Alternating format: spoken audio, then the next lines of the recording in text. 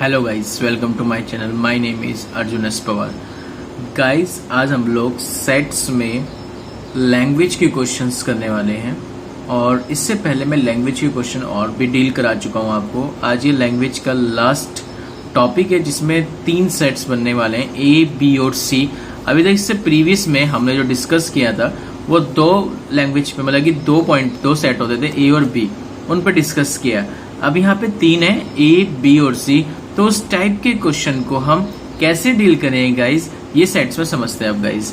ठीक है गाइज, तो ये चैप्टर का लास्ट पॉइंट है आपके पास गाइज, इसको अच्छे से समझना है गाइज, क्योंकि इसका एक ही क्वेश्चन में कराऊंगा आपको, क्योंकि बाकी क्वेश्चन इसी के बिल्कुल कॉपी है। इसको ये आपको फॉलो करके कंप्लीट करना होगा गाइज। तो उम्मीद करता हूँ गाइज आपको ये क्वेश्चन भी अच्छे से समझ में आएगा। ठीक है, ध्यान से समझिए क्या लिखा हुआ है। उसने लिखा है एक सर्वे हुआ 100 स्टूडेंट्स का। जब भी सर्वे होता है तो हमेशा यूनिवर्सल सेट बनता है, और जब ग्रुप बनता है तो वो हमेशा यूनियन के साथ आता है। ठीक है गाइस, तो जब 100 स्टूडेंट्स का एक सर्वे होता है तो number of students studying the various language, तो जो स्टूडेंट है वो वेरियस लैंग्वेज में वर्क कर रहे हैं, स्टडी कर रहे हैं, इज फाउंड एज, ये पाया गया कि जो इंग्लिश ओनली, केवल जो इंग्लिश को पसंद करने वाले, ओनली केवल इंग्लिश, जो वो 18, एंड जो इंग्लिश बट नॉट हिंदी, यानी जो इंग्लिश तो पसंद करते हैं लेकिन हिंदी को नहीं, वे है 23। इंग्लिश एंड संस्कृत को लाइक करने वाले हैं 8, संस्कृत एंड हिंदी को लाइक करने वाले हैं 8, इंग्लिश 26। वो ऊपर जो लिखा था वो केवल इंग्लिश ओनली, यानी इंग्लिश के अलावा कोई लैंग्वेज नहीं जानता, और यहाँ इंग्लिश 26 वाला यानी वो कुछ ना कुछ उसमें हिंदी भी जानता है, संस्कृत भी जानता है। संस्कृत 48 एंड नो लैंग्वेज 24, यानी एक ऐसे भी पर्सन है जिन्होंने कोई भी लैंग्वेज में स्टडी नहीं की है, न हिंदी में, न संस्कृत में, और न ही इंग्लिश में। तो कह रहे कि फाइंड कीजिए how many students are studying Hindi. How many student, यानी ऐसे कितने पर्सन हैं जिन्होंने स्टडी हिंदी में की है, वो बताना है मुझे। And how many students are studying English and Hindi both, और ऐसे कितने भी स्टूडेंट हैं वे बताइए जिन्होंने स्टडी अपनी इंग्लिश और हिंदी दोनों में की है, ये दोनों बताने। तो अब गाइज आपको क्वेश्चन क्लियर हुआ होगा कि क्वेश्चन की लैंग्वेज क्या है और आपको क्या कहना चाह रही है गाइज।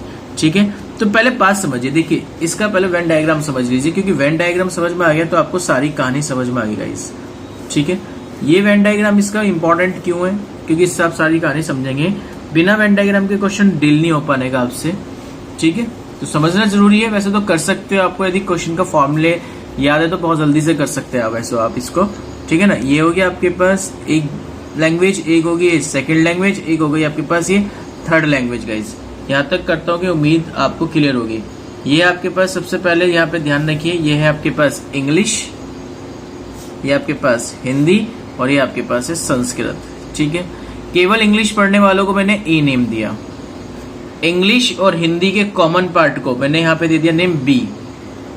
ठीक है गाइस, इंग्लिश और हिंदी का कॉमन पार्ट कौन हो गया, बी। ठीक, तीनों का इंग्लिश, हिंदी, संस्कृत को लाइक करने वाले बीच में आ गए, उसे पॉइंट मैंने दे दिया सी। ठीक है, इंग्लिश और संस्कृत को लाइक करने वाले आ गए डी, हिंदी और संस्कृत को लाइक करने वाले आपके पास आ गए एफ। ठीक है गाइस, और ध्यान रखेंगे हिंदी, केवल हिंदी को लाइक करने वाले आ गए ई, और केवल संस्कृत को लाइक करने वाले आ गए जी। उम्मीद करता हूँ गाइस ये पॉइंट आपको अच्छे से समझ में आया होगा। ये अपने अकॉर्डिंग डिजाइन करना है। अब जो जो लैंग्वेज उसने लिखी थी, अब मैं उसके अकॉर्डिंग काम करूंगा, और तुम्हारे सामने ये बना हुआ है, ए, बी, ई, सी सब बने हुए हैं। तो देखो, पहले लिखा था एक सर्वे हुआ जिसमें 100 स्टूडेंट्स थे। सर्वे में 100 स्टूडेंट्स का मतलब ए, B, C, D, E, F, जी सब में, क्योंकि सबका यूनिवर्सल आ जाएगा। ठीक है ना, टोटल यूनियन आ गया इसका, सबको ऐड कर दीजिए। A plus B plus C plus D plus E plus F plus G, यहीं तक होता था गाइस। कितने देखा उसने एक सर्वे में, 100 स्टूडेंट। टोटल कितने स्टूडेंट्स होंगे, 100। उस 100 में से आप मुझे ये बात बताइए कि 24 ऐसे हैं जिनने कोई लैंग्वेज नहीं ली है। तो ये तो इंग्लिश, हिंदी, संस्कृत वाले, वो तो 100 है। उसमें से ये तो, क्योंकि मैंने जो लिखे हैं ये किसके लिखे हैं, इंग्लिश वाले, हिंदी वाले, संस्कृत वाले। लेकिन उसमें ऐसे भी तो जिन्होंने क्या नहीं ले रखी है, कोई भी लैंग्वेज नहीं ले रखी। तो 100 में से उसे माइनस कर दो तो कितना रहेगा आपके पास, 100 माइनस 24 आपके पास आता है 76। तो उम्मीद करता हूँ ये लाइन आपको बहुत अच्छे समझ में आई होगी। कंडीशन नंबर फर्स्ट बन गई है, क्योंकि भाई समझो ये इंग्लिश संस्कृत, हिंदी की तो बारे बात करें, इन तीनों का तो सम क्या होगा वो बताना ना मुझे, तो क्योंकि टोटल कितना दे रखा था उसने मुझे, 100 स्टूडेंट दे रखे थे, ये लिखे उसने टोटल थे 100 स्टूडेंट। उस 100 स्टूडेंट में से ऐसे ही बंदे थे जिन नॉन लैंग्वेज वाले, जिन्होंने 24 थे जिन्होंने कोई भी लैंग्वेज नहीं ली, तो 100 में से 24 माइनस कर दो तो पता लग जाएंगे कि इंग्लिश, हिंदी, संस्कृत वाले कितने बंदे रह गए, 76। उम्मीद करता हूँ ये पॉइंट आपको अच्छे से क्लियर आया होगा। ठीक है, दूसरा पॉइंट क्या लिखा था, English only 8, only English, English का पार्ट कौन सा है, ये केवल ओनली इंग्लिश के अंदर आता है, ये केवल पार्ट, वो कितना है, ए कितना दे रखा उसने आपको, 8, ए इज इक्वल टू 8। ठीक गाइस, अब आइए नेक्स्ट में, इंग्लिश बट नॉट हिंदी, देख लीजिए इंग्लिश ये ना, ठीक है ना, समझना मेरी बात को, थोड़ा सा समझो, इंग्लिश बट नॉट हिंदी, यानी इंग्लिश पसंद है हिंदी पसंद नहीं है, तो इंग्लिश के अंदर क्या क्या पार्ट आ रहा है, देखिए ये तो कॉमन पार्ट है, इसे तो खत्म कर दीजिए, ये तो कॉमन है, ये नहीं आने का, क्यों नहीं आने का, क्योंकि केवल इंग्लिश के अंदर क्या आ रहा है, ये वाला पार्ट आ रहा है, सिर्फ ये ध्यान से समझिए, ये वाला पार्ट है सिर्फ इसके अंदर ये। ठीक है गाइस, तो इंग्लिश नॉट हिंदी, यानी हिंदी को पसंद नहीं करता, केवल वो इंग्लिश, तो इंग्लिश वाले कितने हैं, ए प्लस डी में वे भी आते हैं जो हिंदी को ही पसंद करते, लेकिन वो क्या कह रहा है, इंग्लिश चाहिए लेकिन हिंदी नहीं, यानी वे उसमें ऐसे पर्सन है कि वो संस्कृत को भी लाइक करते होंगे, तो यानी ए और डी ये वाला पोर्शन आ जाएगा, इंग्लिश और संस्कृत वाला। कितने, ए प्लस डी, कितने दे रखे उसने आपको गाइस यहाँ पे, A plus D, English but not Hindi 23, कितने गाइस 23, तो लिख दीजिए ए प्लस डी की वैल्यू कितनी आएगी गाइस आपके पास, ए प्लस डी की वैल्यू 23। उम्मीद करते हो पॉइंट समझ में आ रहा होगा। यहाँ पे ए इज इक्वल टू 8 है, तो यहाँ पुट कर दीजिए, तो डी की वैल्यू कितनी आएगी, 23 माइनस 8, तो डी की वैल्यू उम्मीद करते हो कि आप समझ गए होंगे, यहाँ से कितने निकाल पाओगे, जल्दी बताइए फटाफट स्पीड से। डी की वैल्यू 23 में से 8 को माइनस कीजिए, ठीक है, तो कितना गेट होता है 15, तो डी की वैल्यू कितनी गेट होगी आपको यहाँ पे 15 गेट होगी। ठीक है गाइस, उम्मीद करता हूँ पॉइंट आपको समझ में आ रहा होगा। ठीक है, चलिए नेक्स्ट पॉइंट की तरफ यहाँ से आप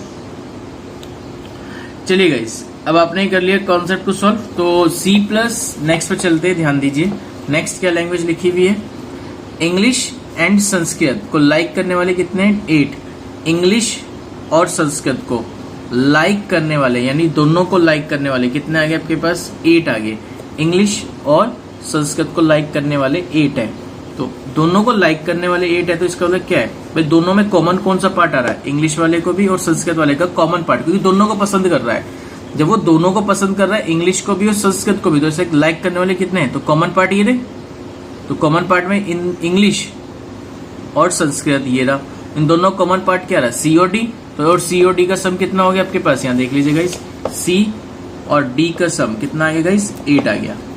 क्लियर होगी बात यहाँ तक आपको।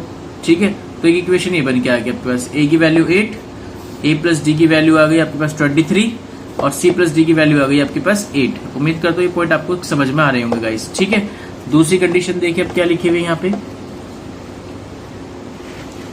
संस्कृत एंड हिंदी को भी लाइक करने वाले कितने 8, संस्कृत कहाँ है ये रही, हिंदी कहाँ है ये रही, इन दोनों का कॉमन पॉइंट क्या है सी और एफ, इसको भी लाइक करने वाले कितने आ गए आपके पास 8, तो सी प्लस एफ कितना आ गया गाइस आपके पास 8 आ गया।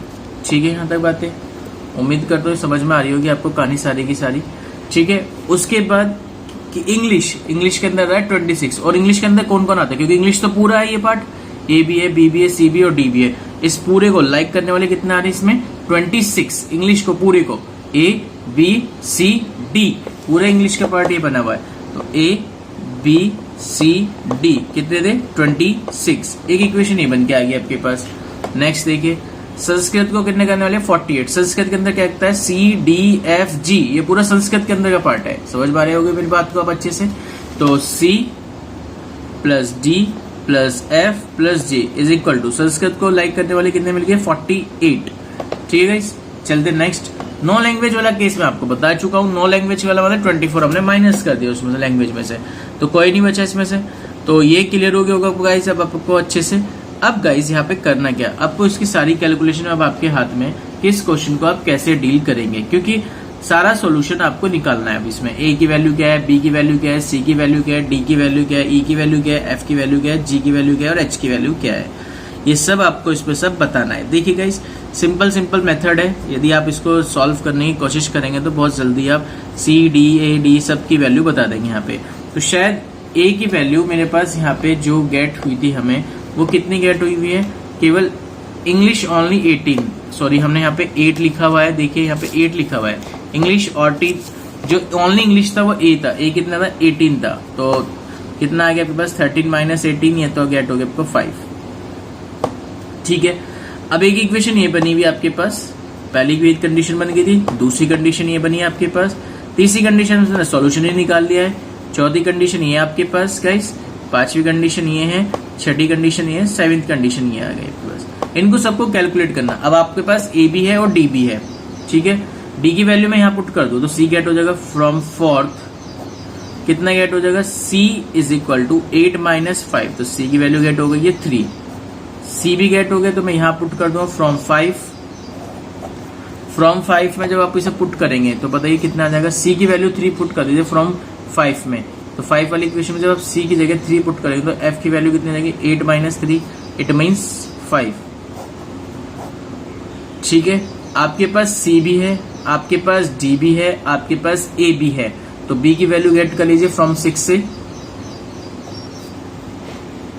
a की वैल्यू आपके पास गाइज 18 है, प्लस b की value I don't no, c की वैल्यू 3 है, एंड d की वैल्यू अभी आपने गेट की थी 5 है, इज इक्वल टू आपके पास 26, तो b कितना हो गया 5 3 8, 18 और 8 कितना हो गया 26, तो b की वैल्यू 26 माइनस 26 कितना गेट हो गया गाइज 0।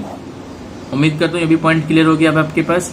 अब देखिए आपके पास c की वैल्यू भी है, d की वैल्यू भी है, f की वैल्यू भी है, तो यहाँ से g की वैल्यू निकाल लीजिए, कितना आ जाएगा फ्रॉम 7 से, बताइए गाइस 7 से जब आप सॉल्व करेंगे तो कितनी वैल्यूज हो जाएगी आपके पास, ध्यान दीजिए, सारी वैल्यूज पुट कर दीजिए। c की वैल्यूज आपने अभी गेट की है 3, d की वैल्यू अभी आपने गेट की है, कितनी गेट की गाइस 5, f की वैल्यू कितनी गेट की आपने 5, एंड g की value I don't know is equal to हो गया 48, तो 5 5 10 13, तो g की वैल्यू आ गई 48 माइनस 13 कर दीजिए तो 35 गेट हो जाएगा आपके पास। g की वैल्यू कितनी हो गई है 35। तो उम्मीद करता हूँ आपके पास सभी वैल्यूज अब आपके पास आ गई है, A B C D E F G, सभी वैल्यूज को आने के बाद आपसे पूछा गया था number of students studying Hindi, Hindi में कितने स्टूडेंट स्टडी कर रहे हैं उनकी संख्या बतानी थी, टोटल कितने स्टूडेंट है। तो देखिए हिंदी के अंदर टोटल स्टूडेंट्स ही आते हैं, बी है, ई है, सी है, एफ है, तो हिंदी के अंदर बताने केवल पूछे था how many students are studying Hindi, केवल हिंदी के अंदर बताने, तो हिंदी के अंदर तो सारे आ रहे हैं, बी भी है, सी भी है, ई है, एफ है, इसे ले लीजिए क्वेश्चन को। तो B plus C plus F, E plus F, पहला केस जो सॉल्व करना था हिंदी के अंदर की बात करें तो हिंदी में स्टडी करने वाले कितने हैं, स्टडिंग इन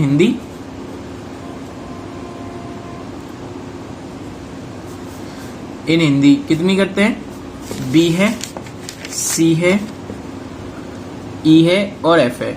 अभी आपने बी की वैल्यू बताई है मुझे कितनी गेट की है, बी की वैल्यू देखिए निकाल रखी है आपने, यहाँ पे ध्यान देते रहिए आप, देखिए बी की वैल्यू कितनी आई हुई 0 आई हुई, बी की वैल्यू ये रही गाइस कितनी आई हुई है 0, ध्यान से देखेंगे तो बी की वैल्यू है 0, सी की वैल्यू है 3, समझ में आ गई गाइस, बी 0 सी 3 है आपके पास, ठीक है गाइस। ई की वैल्यू कितनी गेट की हुई है आपने, ई शायद गाइस अभी ई नहीं निकाल पाए अभी हम इसमें, तो ई निकाल लेंगे, चलिए ई भी निकालना कोई बड़ी बात नहीं हमारे लिए।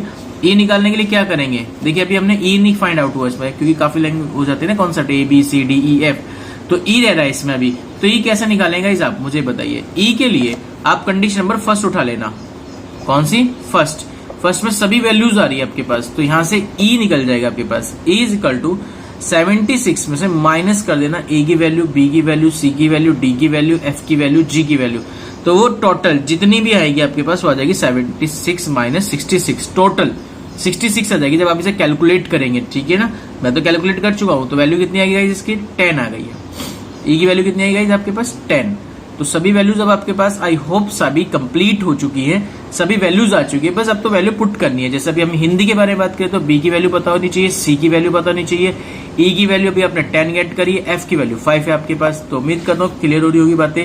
सी की वैल्यू आई है 3,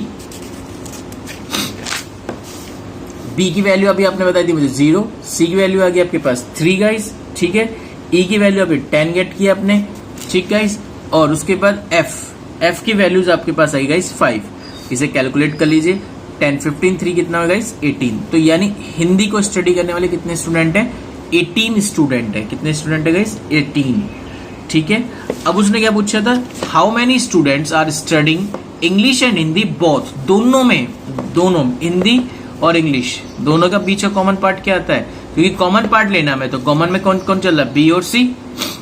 समझ पा रहे मेरी बात को? कौन कौन है? बी और सी दोनों के कॉमन में, इंग्लिश और हिंदी के दोनों का कॉमन पार्ट ये आता है। तो दोनों को कॉमन पार्ट में बी और सी कॉमन आ गया, तो इन दोनों का सम। सेकंड केस, हिंदी और इंग्लिश को स्टडी करने वाले कितने हैं? Studying in English and Hindi, वो कितने हो गए आपके पास? बी और प्लस सी, बी और सी का सम कितना है गाइस? बी और सी का सम, तो बी प्लस सी। बी की वैल्यू कितनी गेट करी? 0। सी की वैल्यू अभी आपके पास कितनी गेट की थी? आपने अभी बताया था मुझे, कितनी थी? 3। तो कितना आ गया? 3। दैट सॉल्व गाइस, आंसर आ गया। तो इस तरीके से गाइस आप इन क्वेश्चनों को डील कर सकते हैं। बस ये ध्यान रखना, आप ABCDEFG इस तरह से लिख रहे हैं तो इनका मतलब क्या होता है, मैं आपको फिर से रिपीट कर दूं। इसका मतलब ये होता है, जब मैं इसके अंदर घेरे में हूं तो इसका केवल ए स्टडी करता है, यानी इंग्लिश की ओनली इंग्लिश की आती है। AD मतलब क्या है कि इंग्लिश की भी नॉलेज है, संस्कृत की भी नॉलेज है। समझ पा रहे हैं बात को? बी और सी, बी का मतलब क्या होता है? इंग्लिश और हिंदी का कॉमन। ठीक है, सी का मतलब तीनों लैंग्वेज को नॉन है। ई का मतलब केवल हिंदी को नॉन है। एफ का मतलब हिंदी भी है, उसके पास संस्कृत की भी नॉलेज है।